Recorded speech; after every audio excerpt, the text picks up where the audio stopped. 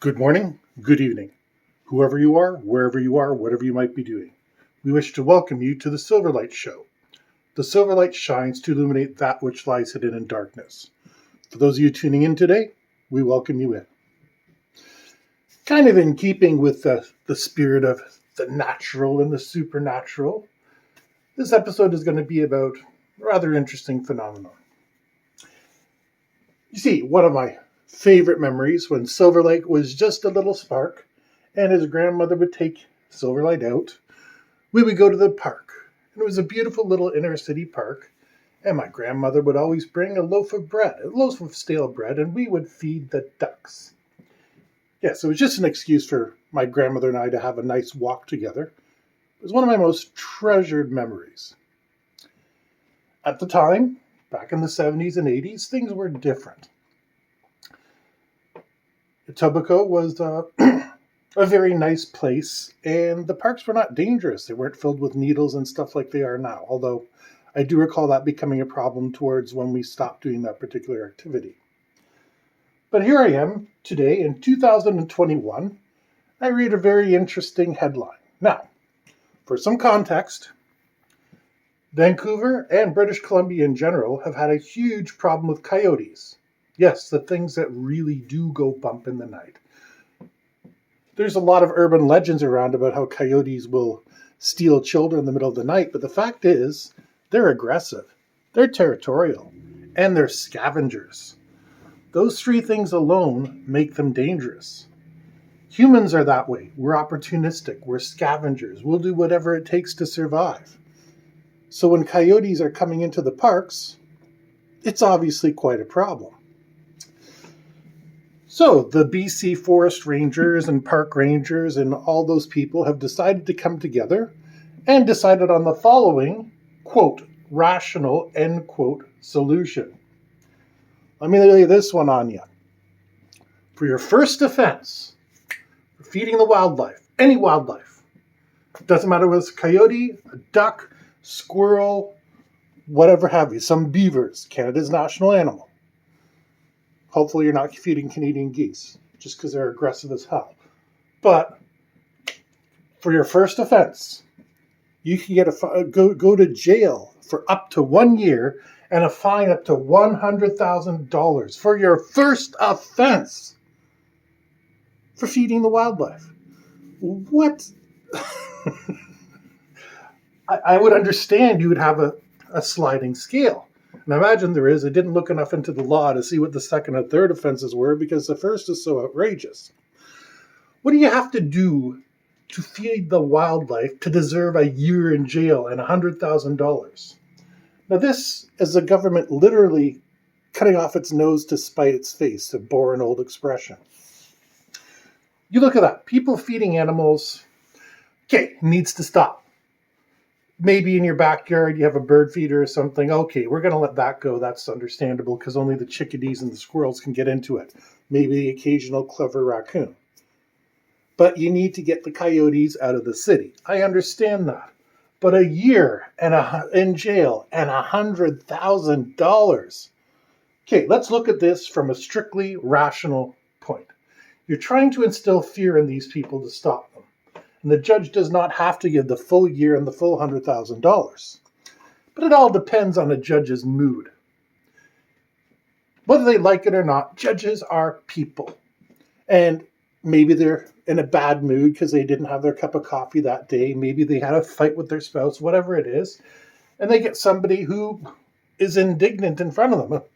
I'm going to feed the ducks. I fed the ducks with my grandmother, and I'm going to feed the ducks with my grandchildren. You can kind of see this happening. Because, of course, this is not, what do you call it?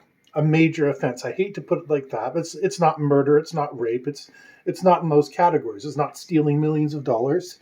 It's just simply feeding the animals. And I remember years ago, Montreal had signs up, do not feed the animals. And there was a fine on them. But it certainly was nowhere near 1 year of your life gone and $100,000. So, let's pretend you are that lucky millionth customer that has pissed the judge off that day. And he smacks you with a year in jail and $100,000.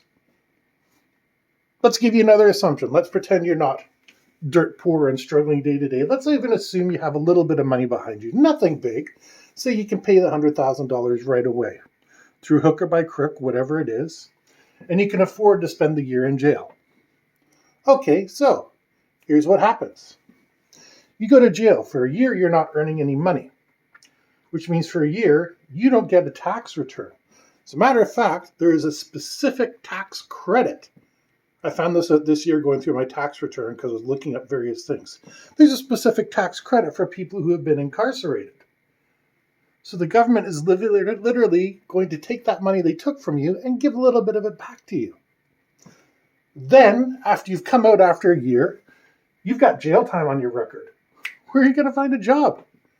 I mean, I don't know about an individual boss, but I'm sure most bosses would understand, hey, this is BS. I shouldn't be in jail for feeding the birds and leaving bread out for the ducks. And this political authority comes along and gives me a year in jail. But the same token, most bosses can't afford to keep a position open for a year. You'd have to be a super employee, like way above and beyond everything, on call 24 hours a day, that sort of thing. And even then, they'd have to go a year without your services. So quite likely, you're coming out of this not being able to buy a big ticket item ever again. Because even if you're so good that you're able to start your own business and make money off of your knowledge, people are still going to ask in meetings, we want to run a background check on you. Okay, well, they do personal background checks. They check your Facebook. They check everything they can. Believe me, I've done it when I was in service to another employer. I haven't done it personally. But just little things. And all those little things add up. It's a scary thing to think feeding the animals can result in such a huge penalty. And the question is, where is the boundary between, a first-time person gets in trouble, so where do you give the slap on the wrist because the person didn't know? They were like me. I didn't know such a law existed. Now, I don't live in BC, but I could very easily have taken my 9-year-old out, hey, we're going to go feed the ducks. And then there's the police. Mr. Silverlight, I want you to know, well, not the police, but the park rangers. I want you to know that I'm going to give you a ticket here, and you've got to go to court. And then I'm in front of the judge. Well, I didn't know this. Well, ignorance of law is not an excuse. And then I'm sitting there rolling the dice, whether the judge is in a good mood or a bad mood that day. Now, quite likely, most of these fines are going to be more reasonable. Most of them. I can't imagine what kind of an unrepentant jerk you would have to be to get the full 1 year and $100,000. But the question is, where does it stop?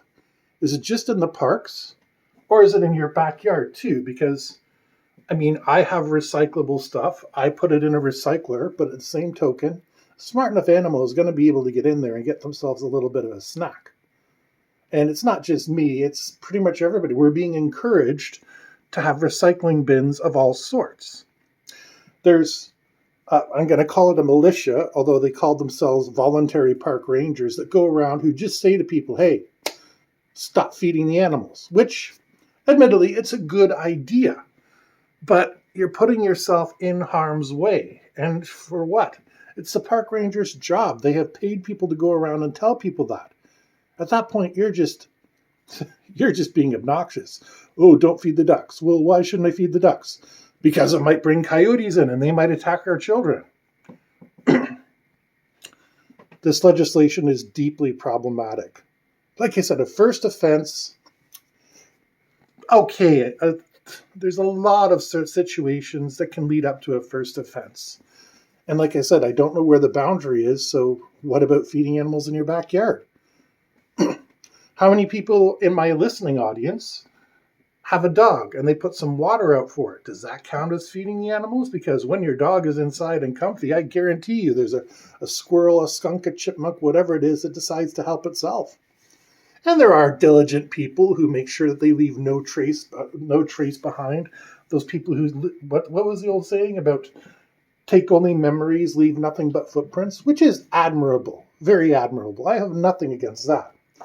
But now that you have viciously repressive legislation, a year and $100,000 for feeding animals, which means dropping little bits of maybe dog kibble or something like that, and you have a semi-regular militia in the volunteer park rangers who are going around with nothing else but to harass people and tell them, hey, don't feed the animals, whatever animal it is.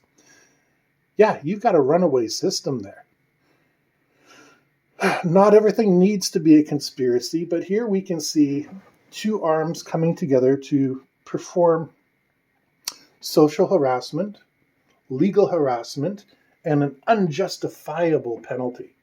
If someone's a jerk and it's their third or fourth time in front of the judge, yeah, hit him with a year and $100,000. I got zero issue with that. There's a law, you obey it.